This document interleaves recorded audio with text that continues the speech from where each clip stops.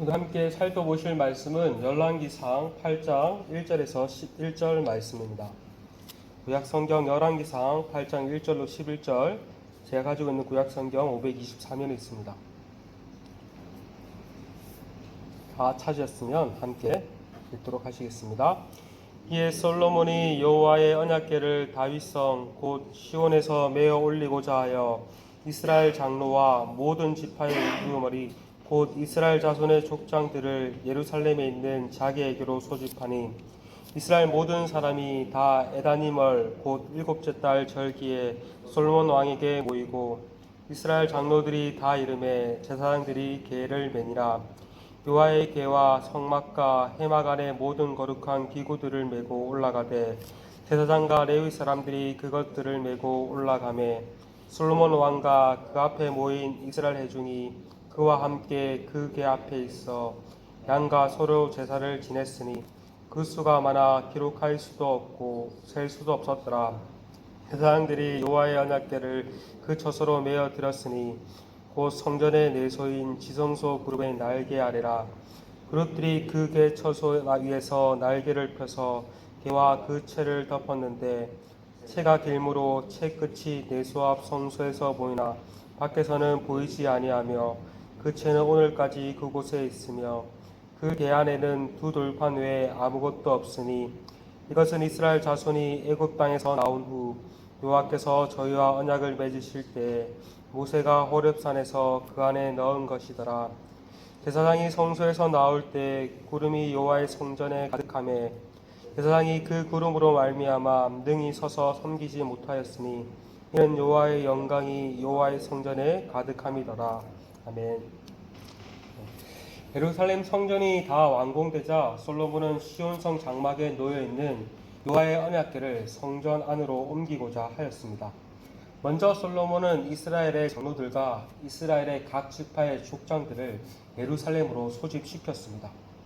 뿐만 아니라 온 이스라엘이 예루살렘에 솔로몬에게 모였습니다. 이 절을 보니 이때가 에다님월 곧 일곱째 달 절기라고 말을 하는데 여기서 에다님월은 일곱째 달을 가리키는 가나안식 원력을 가리킵니다. 이 일곱째 달 절기는 초막절을 가리킵니다.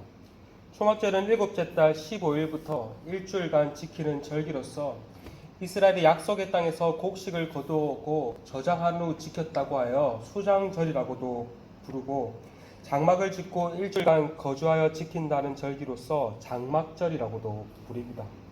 초막절, 수장절, 장막절, 오늘날의 추수감사절의 의미와 같은 절기라고 할 수 있습니다.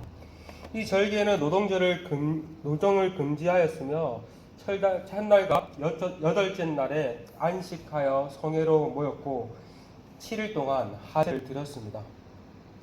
초막절은 하나님께서 약속의 땅으로 인도하셔서 안식을 주시고 먹을 양식을 주신 것에 감사하며 드리는 절기였습니다. 이러한 의미 있는 절기를 맞아 온 이스라엘이 모였고 솔로몬은 이때를 언약궤를 성전으로 모시고자 했습니다. 율법에 따르면 언약궤는 반드시 레위인 중 고핫 자손들이 채를 어깨에 메고 운반해야 했습니다. 언약궤를 옮길 때 레위인이 아닌 다른 사람들이 옮기거나 채를 어깨에 메는 방식이 아닌 다른 방식으로는 옮겨서는 안 되었습니다. 그런데 우리가 잘 알 수 있듯 사무엘하 6장을 보면 다윗 때의 언약궤를 옮기다가 우사가 즉사하는 끔찍한 일이 발생하였습니다. 다윗은 아비나답의 집에 있는 언약궤를 예루살렘을 옮기는 과정에 있어 큰 실수를 범하였습니다. 레위인이 아닌 아비나답의 아들 우사와 아요가 옮겼고 채에 매는 방식이 아닌 소가 이끄는 새 수레를 이용하여 옮겼습니다. 언약궤를 옮기는 과정 중 수레를 이끄는 소들이 날뛰자 우사가 언약궤가 땅에 떨어지지 않도록 손으로 만졌다가 그 자리에서 즉사하는 일이 발생하였습니다. 언약궤를 옮기고자 하는 좋은 의도는 있었지만 그것을 옮기는 방식에 있어 잘못되었습니다.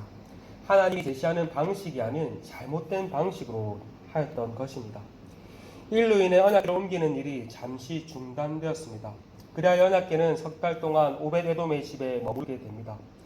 이후 다윗은 하나님께서 언약궤가 머무르고 있는 오벳에돔의 집과 그의 집안을 복 주셨다는 소식을 들은 후 다시 언약궤를 예루살렘으로 옮기고자 했습니다. 그런데 이때에는 하나님이 제시하는 방식을 따라 옮겼습니다. 그래서 언약궤는 예루살렘에 입성할 수 있었습니다. 이제 다윗의 아들 솔로몬은 예루살렘 장막에 안치된 언약궤를 성전 안으로 옮기고자 합니다. 그는 그의 아버지 다윗과 같은 실수를 반복하지 않습니다. 하나님이 제시하시는 방식을 따라 레위인들이 메어 옮기도록 하였습니다. 3절과 4절입니다. 이스라엘 장로들이 다 이르매 제사장들이 궤를 매니라.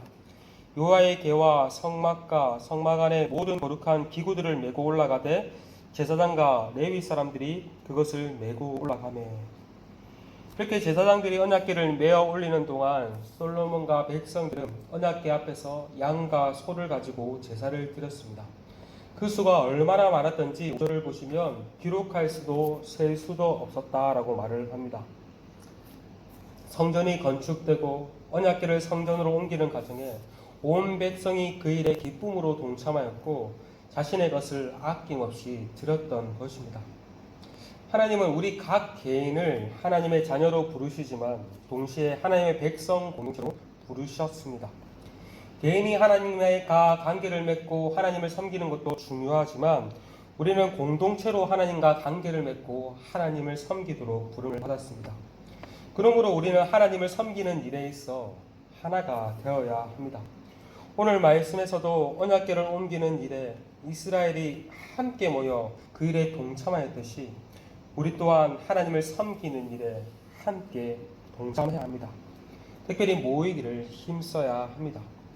바라기는 한 마음과 한 뜻으로 하나님을 섬기는 일에 하나가 되는 우리가 되기를 소망합니다. 이어지는 내용은 마침내 언약궤가 성전의 내소인 지성소에 안치되는 내용이 나옵니다.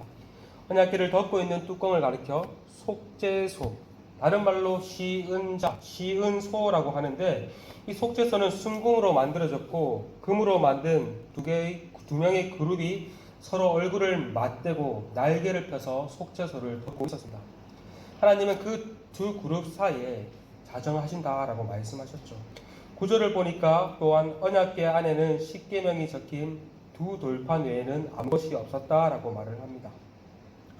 그런데 히브리서 9장 4절에서도 기록하고 있고 민수기와 출애굽기에서도 말하고 있듯 본래 언약궤 안에는 십계명의 두 개의 돌판뿐만 아니라 아론의 쌍난 지팡이와 십계명의 만나가 담긴 금 항아리가 담겨 있었습니다. 그러나 솔로몬 당시에는 그것들이 어디 갔는지 오직 십계명의 두 개의 돌판만 들어 있었습니다.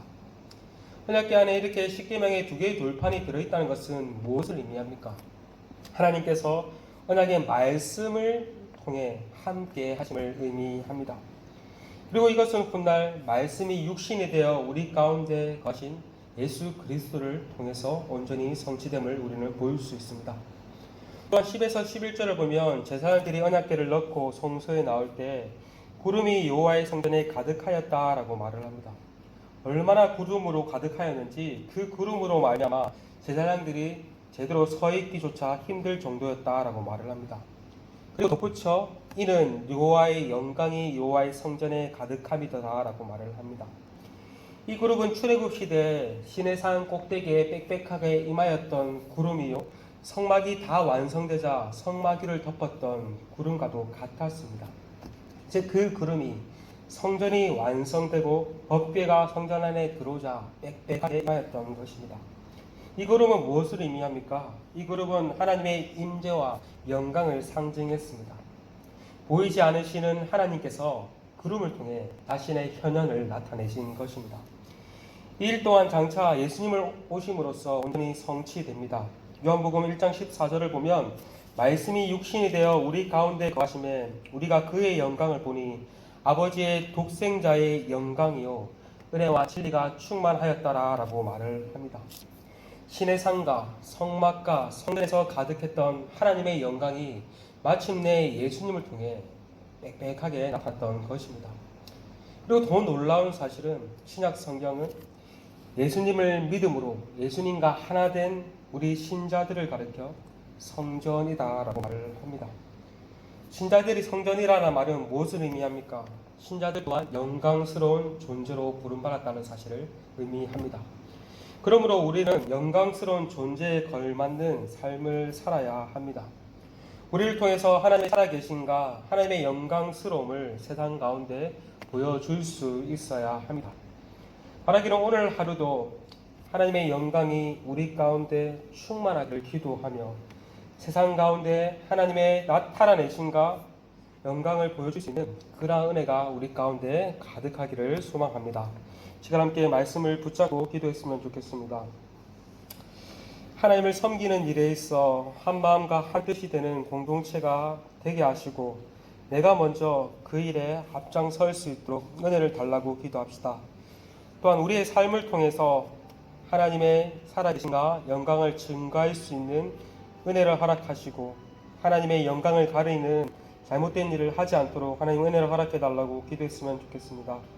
그리고 계속해서 공동체가 함께 말씀 읽기를 하고 있는데 함께 힘쓰게 하시고 오늘 있는 수요 성경 강좌를 통해서 더욱더 말씀 앞에 가까이 나아갈 수 있는 시간 될 수 있도록 은혜를 허락해 달라고 이 시간 함께 기도하시며 나아가시겠습니다. 함께 기도하시겠습니다.